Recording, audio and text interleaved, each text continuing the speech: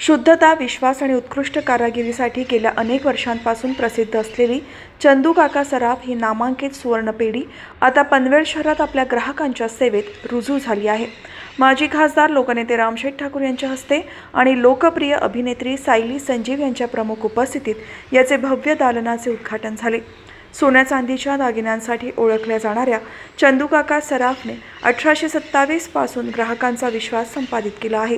Jewellers loved across generations या ब्रीदवाक्यानुसार चंदू काका सराफ यांनी पिढ्यानपिढ्या ग्राहकांच्या मनात आपले स्थान निर्माण केले आहे।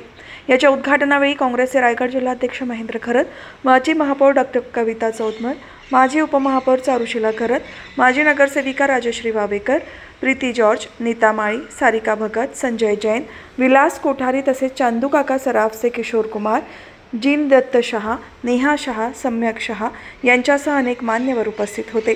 या नव्या दालनात ग्राहकांना सोन्या चांदीच्या दागिन्यांचे विविध आणि आकर्षक डिझाईन्स पाहायला मिळणार आहेत।